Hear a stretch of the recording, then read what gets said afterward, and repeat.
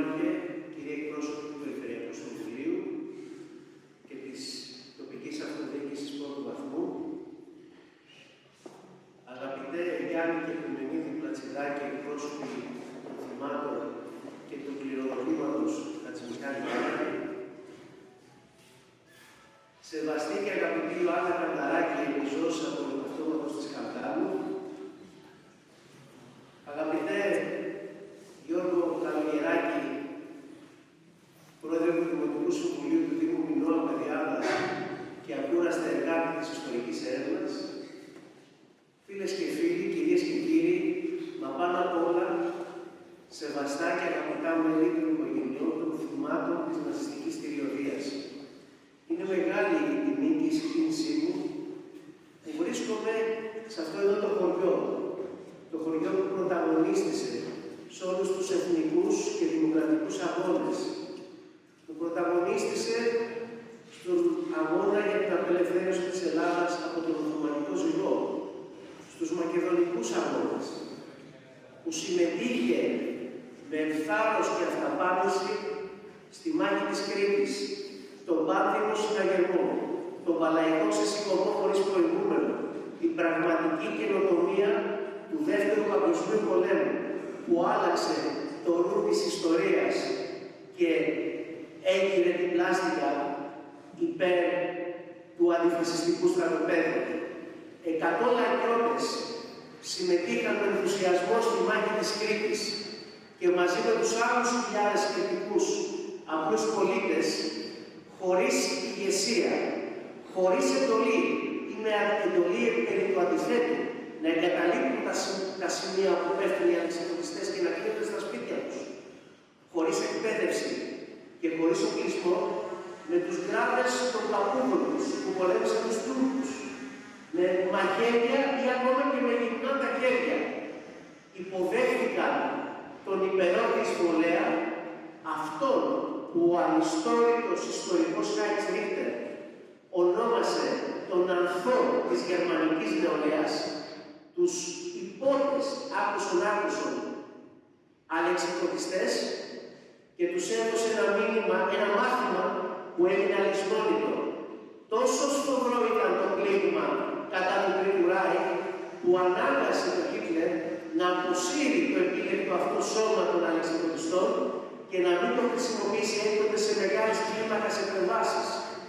Δεν καθυστέρησε λοιπόν μόνο η επιχείρηση Μπαρμπαρόσα, η ναζιστική εισβολή στη Ρωσία, που σε άρθρο τώρα του Μιχάλη Λιμπεράτου, σε ένα συλλογικό τόμο που κυκλοφορούν από τις εκδόσεις του Χαστής, αποδεικνύεται ότι η καθυστέρηση αυτή είχε ως αποτέλεσμα να σωθεί η Μόσχα που θα έπεφτε από τις επελάβουσες ορδές της Βέρμαχτ.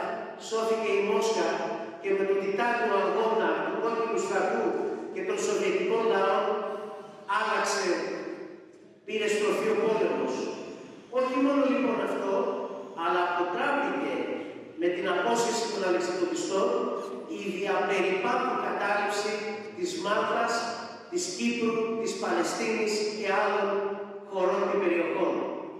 Πρέπει να είμαστε λοιπόν πολλαπλά υπερήφανοι, που είμαστε κριτικοί, που είμαστε Έλληνες, γιατί αυτός εδώ ο τόπος με το αίμα του, με την αντίσταση και τη θυσία του, πρωταγωνίστησε στην αντιφασιστική νίκη των λαών και γλίτωσε την Ευρώπη και ολόκληρο τον πλανήτη από τη θεά πανούκλα του ναζισμού και του φασισμού.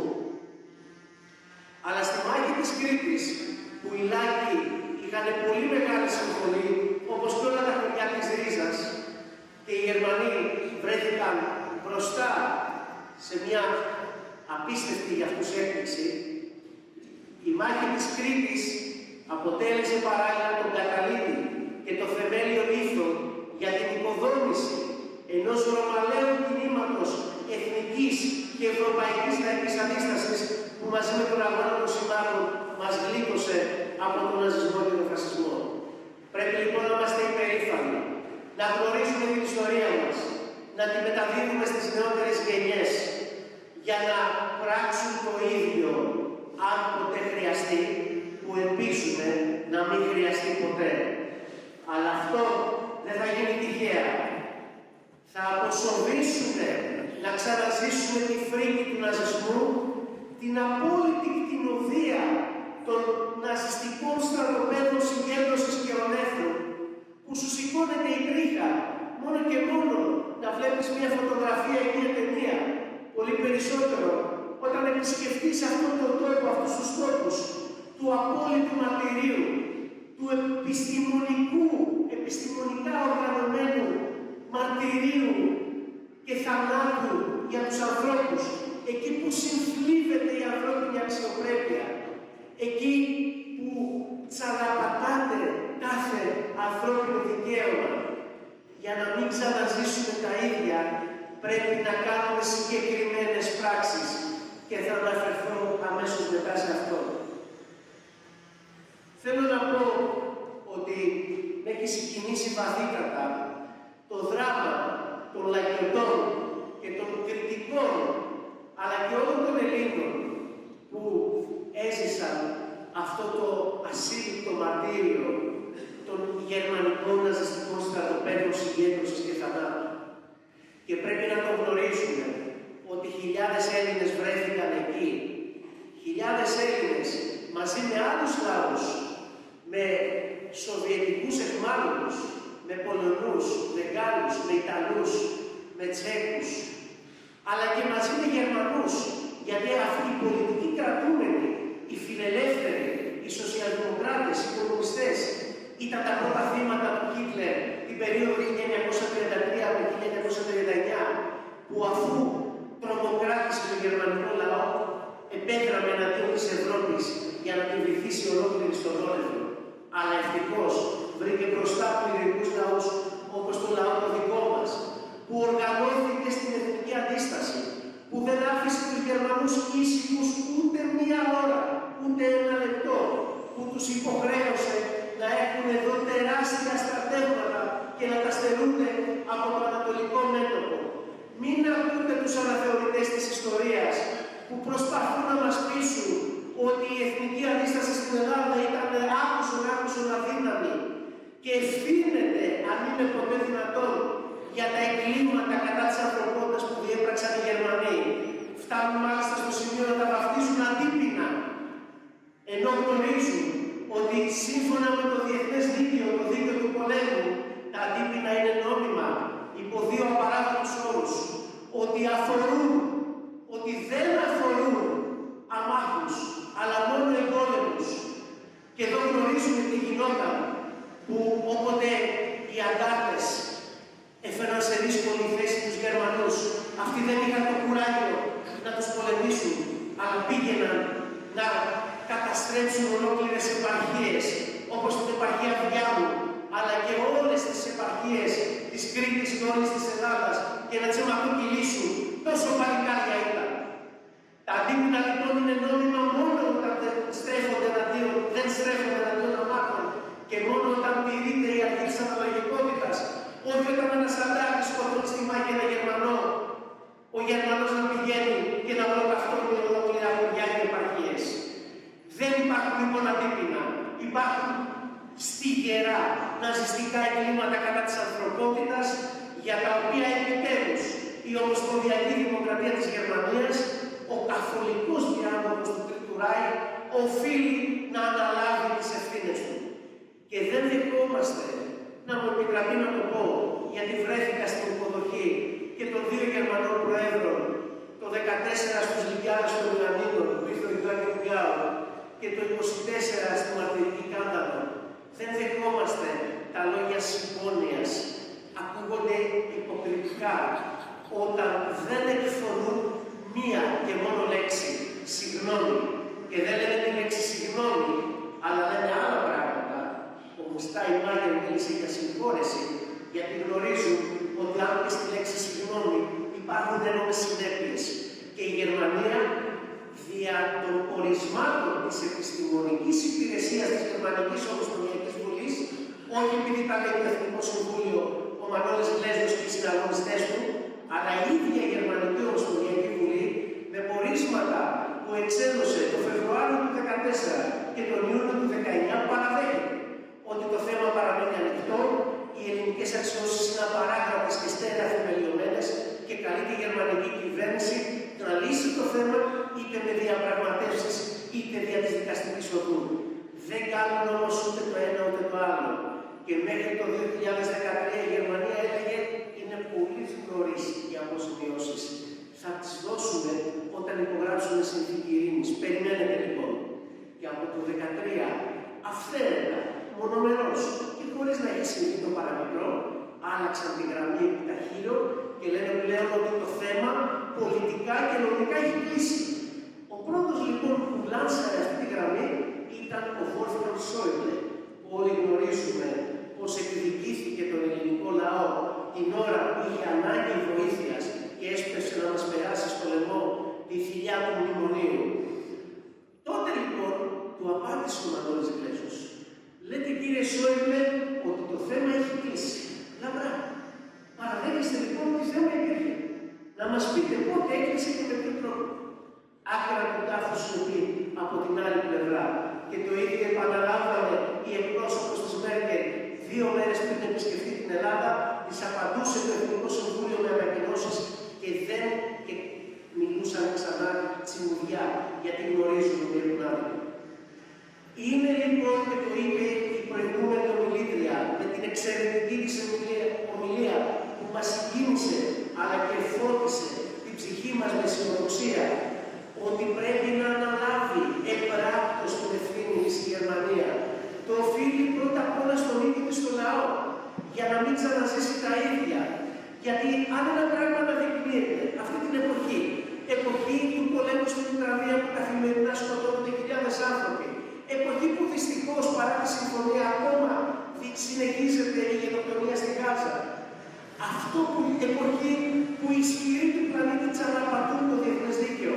Αυτό που αναδεικνύεται είναι ότι όταν για τα εγκλήματα κατά της ανθρωπότητας δεν αποδίδεται δικαιοσύνη, όταν δηλαδή δεν αποζημιώνονται τα θύματα και δεν τιμωρούνται οι θύτες, τα εγκλήματα αυτά τείνουν να επαναλαμβάνονται και ακόμα χειρότερα. Δεν διεκδικούμε λοιπόν τις αποζημιώσεις, τις επανορθώσεις στο κατοικικό δάνειο και τους αρχαιολογικούς μας θησαυρούς για να πλουτίσουμε. Τις απαιτούμε για λόγους ιστορικής δικαιοσύνης, αλλά και γιατί θα είναι ένα ισχυρό μήνυμα πρόληψης και αποτροπής της τέλεσης νέων εγκλημάτων.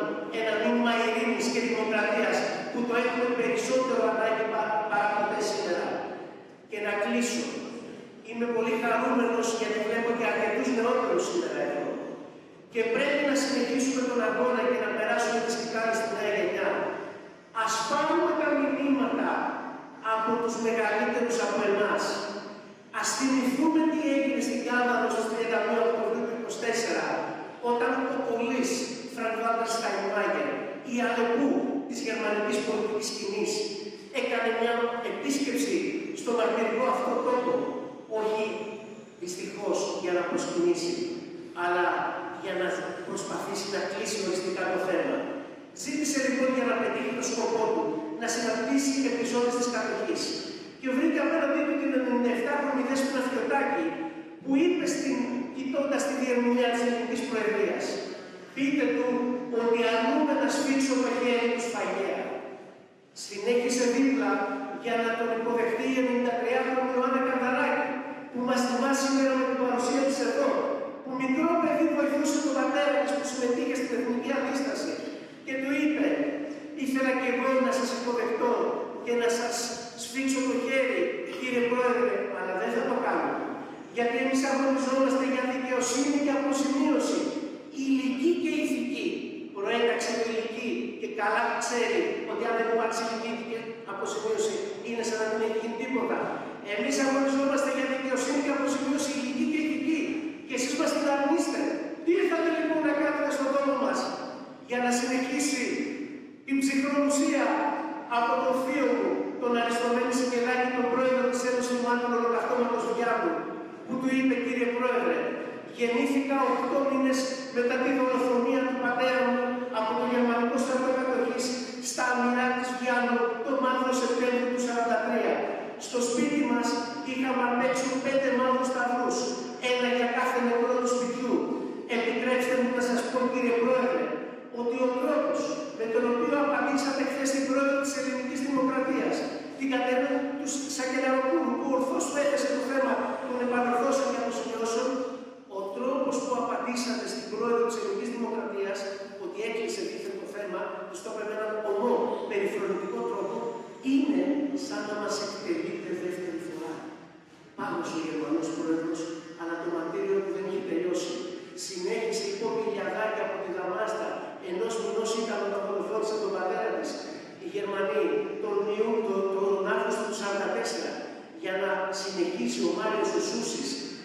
εκπρόσωπους οικογένειας Εβραίων με 10 νεκρούς στα κρεματόρια του θανάτου και να πάρει μετά τη σκητάλη ο Σεβασμιότατος Μητροπολίτης Κισάμονης Ελλήνου Αμφιλόγιος, που με μια υποδειγματική ομιλία έσπασε με το βαμβάκι τη Γερμανία, υπενθυμίζοντας σε όλους αυτά που οφείλει στην Ελλάδα και δεν κάνει. Αυτός είναι ο δρόμος του αγώνα. Αυτός είναι ο δρόμος της υπερηφάνειας. Γιατί εμείς δεν θέλουμε εκδίκηση.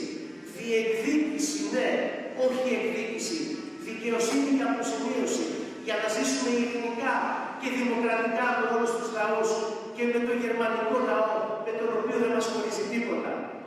Αγαπητέ κύριε Δήμαρχε, χαίρομαι πάρα πολύ που είστε εδώ και με έχετε τιμήσει επανειλημμένα με προσκλήσεις σας στους πολλούς μαρτυρικούς τόπους που έχει ο Δήμος σας. Επιτρέψτε μου να πω ότι είναι υποχρέωση της ελληνικής δημοκρατίας να αναγνωρίσει τους Λάκους ως μαρτυρικό χωριό, τον τόπο αυτό των ηρώων, των μαρτύρων, των θυμάτων της ναζιστικής κυριωδίας. Δικαιούται το ελάχιστο, την μία πρώτη ηθική ικανοποίηση που είναι να αναγνωριστεί ως μαρτυρικό χωριό. Είμαι βέβαιος ότι με τη συνδρομή των φορέων του χωριού θα κινήσετε τις διαδικασίες και θα είμαστε μαζί σας σε ό,τι μπορούμε να συνδράμουμε.